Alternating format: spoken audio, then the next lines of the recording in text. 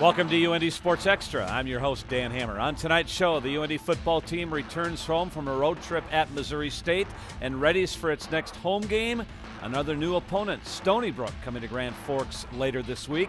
Head coach Bubba Schweigert joins us momentarily. The UND volleyball team was busy again. 5 matches in 5 days this past week. UND went 3-2 in those matches. Head coach Mark Pryor will join us a bit later in the show. But we welcome back to UND Sports Extra head football coach Bubba Schweigert. Bubba, good to be with you again. Saturday night, a 38-0 loss at Missouri State, a game that was very tight in the first half before Missouri State pulled away in the second half. Did you ever feel like you really had momentum on your side in that game, Bubba? Well, you know, there were times in the first half. I thought defensively we played inspired defense and had a little momentum and really had them on their heels a bit, but just didn't make enough plays offensively to change field position, and then we had an opportunity to score. And when we lost that opportunity, it just became a tougher situation for our football team on the road. You're getting some takeaways this year from your defense, but yet you're not converting a lot of those takeaways into points. How key is that for you as you move forward here? Well, I think it's key. This is a team game, and you need to take advantage of those opportunities. You know, our opponent did in the first half, and we were unable to do it, and that was the difference in the game at halftime. Mm-hmm. As you look ahead at the entire process here, how's your team tracking as you see it for the first 3 games of the season? Well, everything's a learning experience. You know, we went on the road here, and it was a big crowd. You know, they opened up a renovated stadium, and it was an environment that was good for us to be in. I was really happy with our team. We kept our focus on the field and did a very good job of that. Now it's got to show as performing better, and on the field we need to see better results. All right, when we come back, Bubba, let's take a look at first half highlights in this game that really wasn't decided until the late parts of the second half, but we'll take a look at first half highlights next here on UND Sports Extra. UND Sports Extra on Midco Sports Network is presented by the University of North Dakota. North Dakota at Missouri State last Saturday night. First meeting between those two teams. Missouri State, a very familiar foe to you, Bubba, from your days in the Missouri Valley Conference. Great atmosphere in Springfield on Saturday night. Yeah, it was. Record crowd for them. They have a newly renovated stadium, and like I said before, I think it was good for our team to be in this environment. It will prepare us for conference play. This was a first quarter in which defenses certainly dominated both sides, didn't they? Yeah, both sides, you know, put the clamps on the opposing offense, and here you see Will make a tackle for loss, and our guys really played hard and played inspired football that first half. Taj Rich, Will Gattel, each making a lot of plays for you these days defensively. Yeah, getting better, and we want our inside linebackers. They got to make a lot of tackles, and outside guys got to make tackles for loss. Here we see young player Brandon Granka putting pressure on the QB, but very athletic quarterback. You know, he's going to keep plays alive, but we recover and get a good third down stop. You limit Missouri State to 46 yards in the first quarter. Alex Tillman on the corner blitz there. And this is a scrum throughout the first quarter here in Springfield.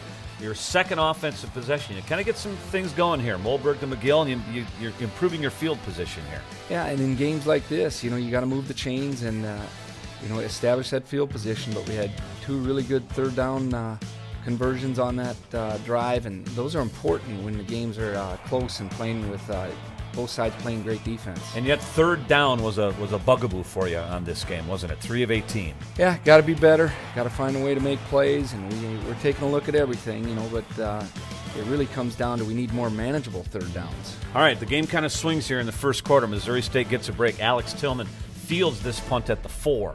Yeah, poor decision, and we talk about decision-making, and our punt return team made a poor decision, really set up the first score of the game. So you start at the 2, then on 3rd and 7, Joe Molberg is sacked, or he fumbles, and it's a touchdown for Missouri State.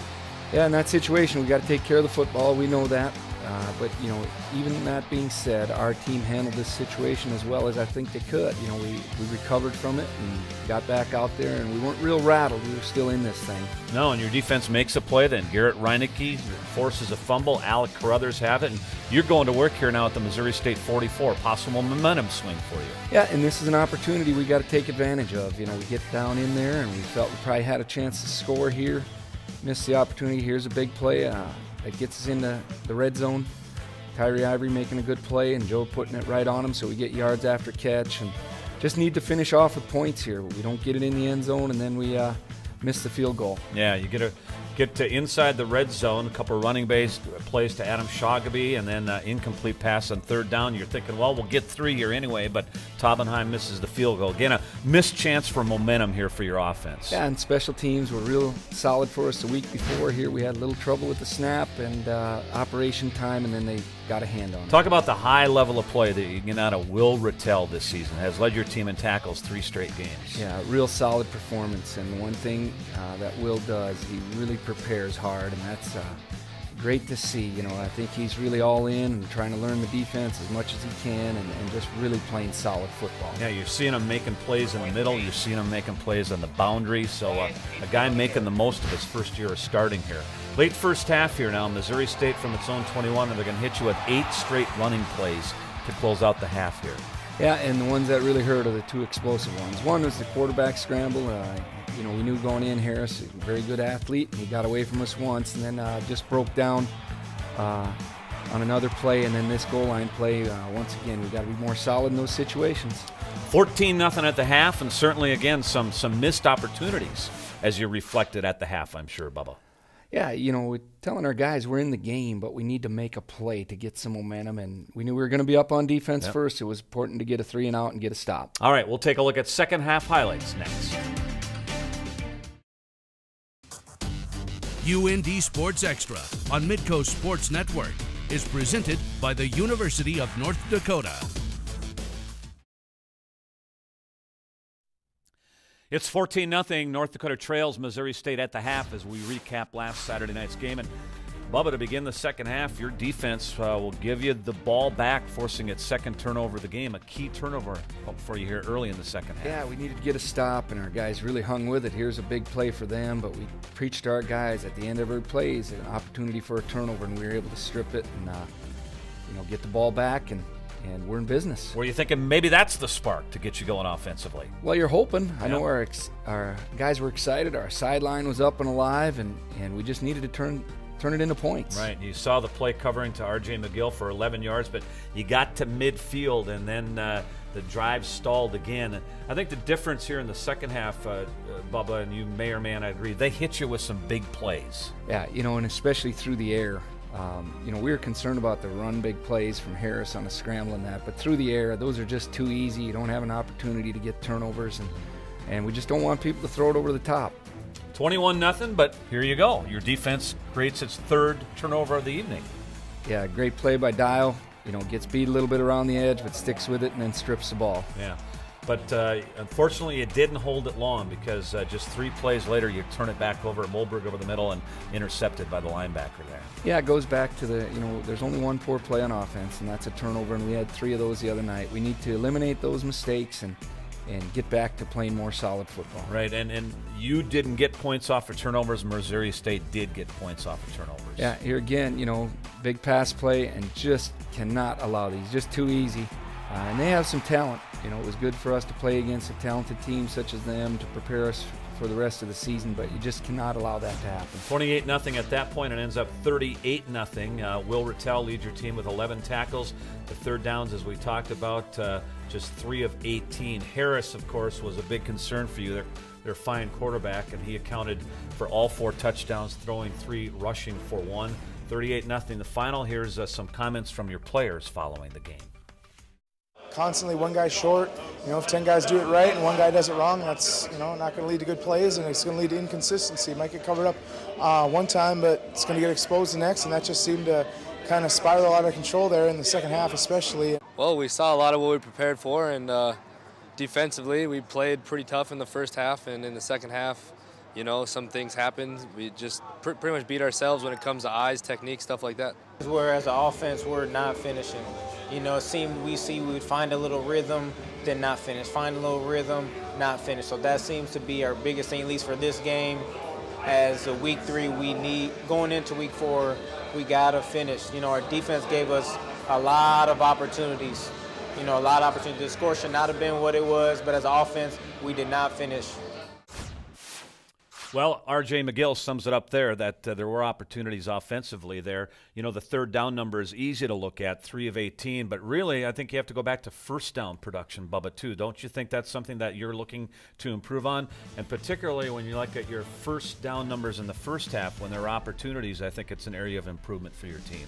Yeah, no question. You know, third down percentage is always a concern, but you need to get manageable third downs, and we did not have a lot of those that were manageable. So you got to get good positive yardage on first down and second down and put you in manageable third down situations, and that will help our team a great deal. So as I said, we're just evaluating all situations and taking a look at how we can improve our team and help our team. And you know, execution's one thing, and we're going to take a look at personnel and getting matchups out there that we can win some of these first down situations. Ryan Bartles did play a bit in the fourth quarter, but you have stated already that Joe Molberg will be your starting QB again Saturday night against Stony Brook. Joe was efficient in the season opener against San Jose State. He hasn't been as efficient in the last 2 games.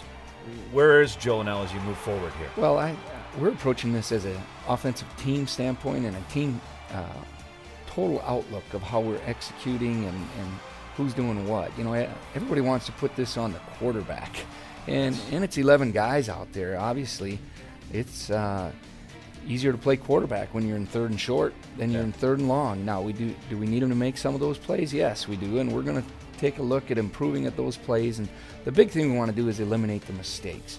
We just feel like we do not have a team that can overcome turnovers and that at this point. So we're going to eliminate those mistakes. And you know, on Saturday night, we just felt it was time to give Ryan a chance to go out and play some. He prepares well, and Joe had, you know, played a number of plays and all that, and we just felt it was time for Ryan to play. This wasn't an indication of anything moving forward. Joe's our quarterback. That's who's going to start Saturday night, and we're going to look for improvement. Running back Cedric Simmons remains injured, not available. A new wrinkle to your running game this past Saturday night. Kyle Norberg, the young redshirt freshman from Illinois, who in his senior season at Cary Grove in Illinois set a school record at the fullback position after playing linebacker. So he certainly is used to running the football. Yeah, you know, and hasn't done it for a while. No, he hasn't done it for a while. Our concern was, you know, to give him a chance, have him secure the football. You know, he's a downhill guy, a big, strong guy that we're trying to take a look at using our personnel as best we can, and we wanted to give him an opportunity, and I think he took advantage of it, so he'll get more opportunities. He'll get some reps against Saturday night against Stony Brook. Yeah, I would think so. Yeah. All right, how about health-wise? You were missing Cole Reyes and Jordan Hinojosa, 2 of your starters defensively last week. What's their status? Well, we hope to get them both back. You know, it's not for sure yet, but we do have a chance to get them back, and you know, the health of our team is a concern right now. We've lost somebody each week that we played, and we got to get those guys back and have them in the lineup. All right, here comes Stony Brook from the CAA, the Colonial Athletic Association. Dart Good Conference as we know it, first meeting. And this is a football team that's 1-2, played Connecticut tough in a loss, and a football team that really likes to run the football, doesn't it? Yeah, they're going to be a real physical football team. You know, both on the offensive side, they run it a lot. They use a lot of 3 and 4 tailbacks to keep hammering at the defense, and I think they're athletic up front on offense. You know, they move their feet well, so we'll be challenged to stop the run. And then defensively, they're very aggressive. You know, they played UConn, an FBS opponent, and they really got after them and limited their yardage on first down and got into second and long and third and long situations. So we need to find a way to stay out of those situations. All right, Bubba, we look forward to it. We'll have the game live across Midco Sports Network Saturday night at 6, and we'll recap it next week here on UND Sports Extra. Good luck, Bubba. Thanks, Dan. When we come back, we'll visit with UND volleyball coach Mark Pryor. UND Sports Extra on Midco Sports Network is presented by the University of North Dakota.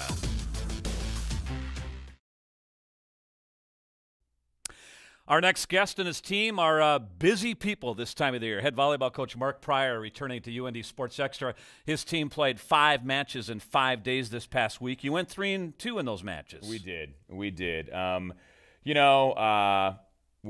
really had played 9 matches in 9 days when you talk about that. It's a heavy load. It is, but it's kind of part of the process with so many young kids. We need to play. We need to see how they're going to perform in different situations and kind of figure out what our best lineup is. We've only got 4 more matches until conference starts. So, for us to be 9-4, that's great, but none of it means anything as of next week, because then conference starts and we're 0-0. Well, you don't face the load of this many matches in this few a days once you get to your conference. Absolutely, schedule. And that's where we can get in the weight room a little more. That's where we can kind of train a little more. We were excited that this week as a staff, like, hey, we get to actually practice this week. This is great. So it allows us to kind of correct some things and just get the kids back in their pattern of, number one, being in classes. Number two, letting them sleep in their own bed and get used to what the average training day's like. Yeah. You went to the Jackrabbit Classic in Brookings, went 3-1, played well there. Your week kicked off with the date against NDSU last Tuesday night in Fargo. Let's take a look at the highlights. Okay. Nearly 1,600 fans packing the Benson Bunker Fieldhouse. First set, you got off to a good start here initially. We did. We started off pretty well. We're leading, and then just one of the things that's kind of been a bit of an Achilles heel is we kind of get a lead in the first set, and we kind of lull ourselves to sleep. And you can't do that against a highly motivated team. Highly motivated team that hasn't beaten us in 3 years, and really they've had this on the on the calendar for a year. And they were really motivated, and you got to give credit to them. They just really they outplayed us that night. NDSU won the first 2 sets. You played very well in the third set to win that set, and in the fourth set there were 12 ties and 5 lead changes. But NDSU had a stretch in the fourth set where they held serve for 8 straight points and kind of rallied to win that. We was tied at 15 all, and they went on a little run. We called a timeout, and they just continued it. And credit to them. As much as I hate to say it, credit to them. They played well, and they ended up, earning that win. It wasn't like we really gave them a whole lot. They played better that night, and they deserved the win. 3-1 the final there. A couple areas that I know you reflected on following the match. Service errors. Oh, yes. Really bugged you that night, didn't it? Yeah, it bugged me. That's a nice euphemism. Yes, we went in the locker room and we talked about how bugged I was. Yes. I think that we just had some really we picked a very inopportune time to play flat.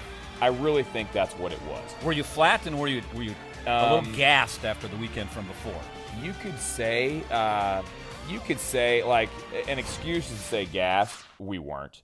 If you can't get ready to play in front of 1,600 people, and we came out a little flat. We came out with some of our kids. Some of our kids have played in that rivalry, but they've been on the sidelines in that rivalry. Right. There's a difference between being on the sidelines and actually being in the fire.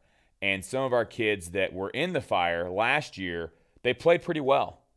Anna played well. Lexi played well. Nikki played well. Our middles did not play particularly well. And we had none of our right sides played particularly well. So that's one of the things with our balance. You're going to have 5 and 6 kids carry the load, not just 2 or 3. Yeah. So that's really kind of in a nutshell what happened. Transition then to the Jackrabbit Classic. You got off to a great start Thursday night as we take a look at the scores from that tournament. You swept South Dakota State. It was a dominant performance. I mean, you held South Dakota State to just .009 hitting while hitting .309 yourself. 3-0 win over South Dakota State. You beat Florida International 3-1. Faith Dooley picked up her first career double-double with 15 kills and 10 blocks. The only game you dropped, the only match you dropped in Brookings was against Iowa, and you rebounded by beating Eastern Illinois 3-1. You went into your bench a bit deeper in this tournament than you had prior, correct? Yeah, we Julia Kazarowska had been playing pretty well. Kind of had a rough week, so we went with Felicia a little bit. She's a senior, and she really had never played on the right side. She'd only played on the left side for her first 3 years. We've stuck her over there, and she did a good job. She really kind of produced for us. Magda Zitek against South Dakota State had really a breakout performance. She really came in and hit close to 500 and played very well for us. So it was nice to kind of see some of that production, which is going to make the practice gym a little more difficult, which that's the whole goal. And I really would have liked to have gone a little deeper into the bench, especially in Florida International and especially with Eastern Illinois. But we just, Eastern Illinois, we really controlled them in the first 2 sets. We had like 13 blocks in the first 2 sets. we really had that lull that we talk about again against Eastern Illinois, and we're down 19-22, and we call a timeout, and I was like, guys, we're going to get on the bus at 7:15, so if you want to shower, you might want to finish this nap. Nikki sides out and then serves 5 straight points, and I was like, do we need to talk about it? Like, Coach, we need to shower. I'm like, okay, good job, good job. All right, you're headed to Mississippi State. We are. This weekend. Will you bring barbecue back for next week's show from Starksville? I will not, because I'm going to take as much as I can. I appreciate it. We might have some shipped up here, but bring it back, that's not going to happen. All right. Good luck this weekend in Thank Starksville. you very much. We'll see you next week on the show. We're back with more after this. UND Sports Extra on Midco Sports Network is presented by the University of North Dakota.